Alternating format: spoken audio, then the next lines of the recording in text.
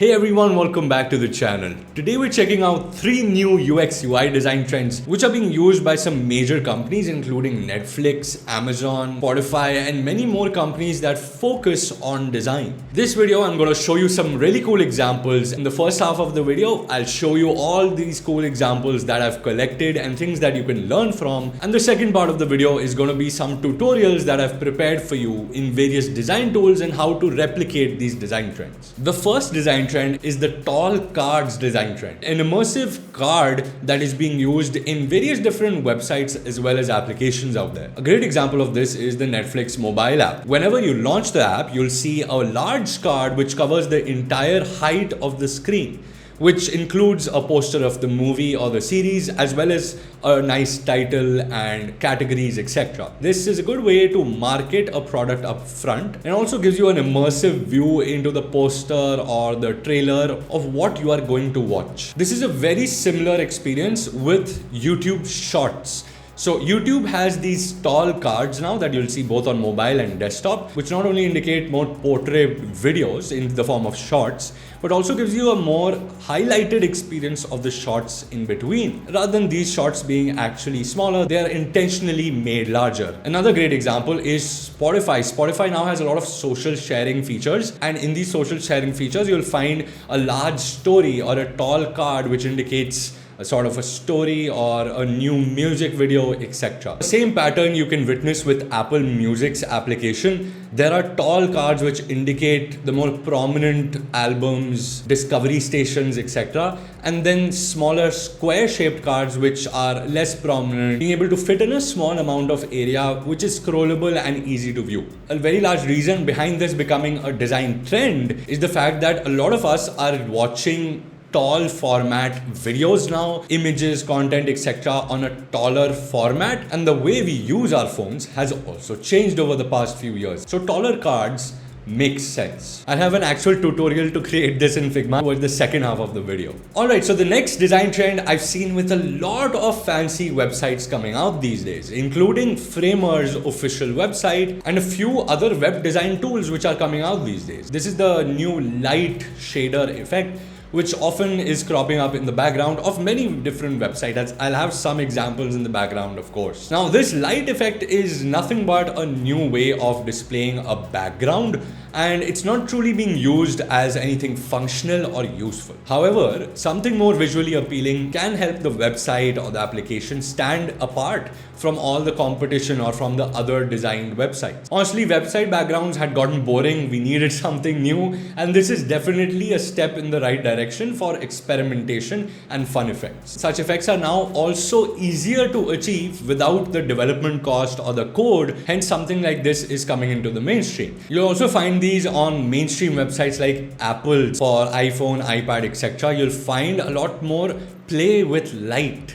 And light is definitely the key word here. This could be a spotlight effect, could be lights flickering effect, or it could just be a light highlight effect. I have some wonderful resources in this video, including Spline, Framer, etc., where you can replicate the same effect. The third one is not a shocker, but it's become so common in websites these days. This is the scrolling transitions and scrolling animation effect. Apple, with Samsung, with any landing page based website, you will see these happening much more commonly. Now, this actually helps to improve business conversions of sales, etc. on your websites, as well as engagement of the user. For example, I've put 2 versions of the same website in the background. One with animations active and one with them deactivated. You tell me in the comments, which one do you like more? The one where there are scroll effects and you feel like something is happening on screen, and the other one being just a static website where you're just scrolling and you can view and interact with the elements on screen. Users will scroll much more.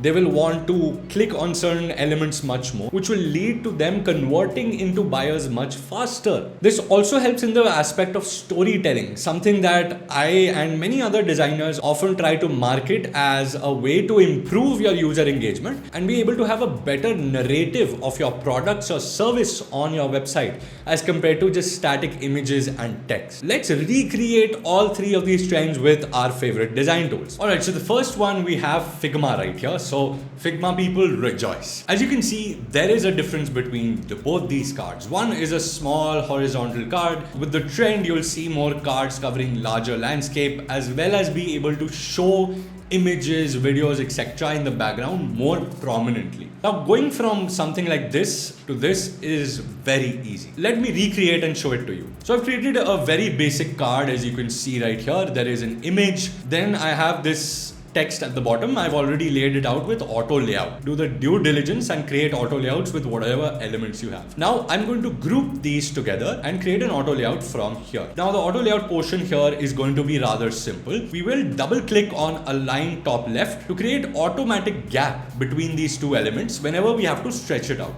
So anytime we stretch this thing out, the text will stick to the bottom and the image will stick to the top as usual. Here we want to, of course, have a background for the card, and this card's background, in this case, I'm trying to match it with the background here. If it is white, you can make it slightly grayed, or you can just simply slightly give a stroke here to make it more prominent. Here in this case, you can now just stretch it out height-wise and you can see the card expands accordingly. Now, to be honest, the height can be anything that you like, as long as it's a rectangle and it fits the space well, with a little bit of breathing space at the bottom for navigation and some other elements. In this case, of course, I'll like to give this a nice little border radius, maybe 16, and with a 60% corner smoothing to make it smoother. Now this looks good, and if you want the image to be just so, you can even change the height of the image and it will still look good as a tall card. However, if you want this to be just full width and height and stretch across the card, an easy way to do that is remove padding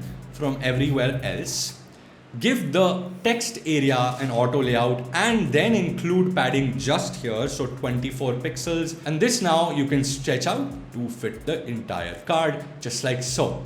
The background then you can fill with a dark or light color. If you want to make it immersive, you can always give it a gradient that ends at the top with 0% opacity, just like so. Make sure you clip your content, otherwise your card will be sharp from two edges and soft from two others. So here you go, a nice little card which you can of course scale up, scale down, increase the width of this, and it will still stick just like so. I'll have the file link for this little experiment in the description. Okay, so for the light effect, we are going to use something called shader gradient. Will allow you to create these light effects, so as to say these pseudo light effects on your website easily, and you can then export it to Framer, Figma, etc. On their website, I'm just going to click on remix link, and this will take me to Framer to be able to recreate this. Okay, as you can see, it's already being able to animate just like that without touching anything. On the right, this is where everything gets a little more interesting. And the settings, everything you can change. You can change the shape of these little lights, so you can go from triangle to squares. You can even go into lighting, and this is where it gets interesting. I'll make one of these extremely dark, maybe just completely black. One of these I'll make maybe like a white or a slightly gray one. So without even trying much or editing this much, this looks as if the light is floating from one side to the other. You can even change brightness here under effects to have a slightly less prominent feature in the background, as you can see here. And then you can increase or decrease the lighting as so. Of course, you'll have to make many more tweaks to get this as you want it from the Framer menu here, from the properties menu. And this is just going to be a lot of fun for you guys to try it out on your current websites as well. Now for the scroll animations, having ready-made components is going to be our best friends. Generally takes longer to create a smooth storytelling based scroll animation. Luckily, both Framer, Webflow, and even Figma has a lot of components ready-made for you to try. For example, this Translate Webflow website is exactly what this trend is all about. If I'm scrolling here, as you can see, things are changing on screen. Certain things are highlighted, text also pops up. You can see it transitioning from one side to the other, or text flowing in from one side to the other. And of course, it all goes back up when you scroll back up. And this is really good, clonable, free website that you can try out. Again, the link I'll have in the description. For Framer, there is something called Segment UI, where you'll be able to see a lot of these scroll animations, etc., where you can navigate to scrolling animations in their library and find a ton of different scrollable animations, sections, and websites which are built for you, and you can try it out all right here. I think this looks really nice too. I can't believe some of these are actually completely free and are built for you to quickly just copy and paste into your current website. Alright guys, that is it for today's video. Hope you like these new trends which are cropping up and are now in a lot of mainstream websites and designs. If you like this video, make sure to give a thumbs up and leave a comment as to what I should try out next. I'll see you next week, same time, same place. Until next time, take care. God bless.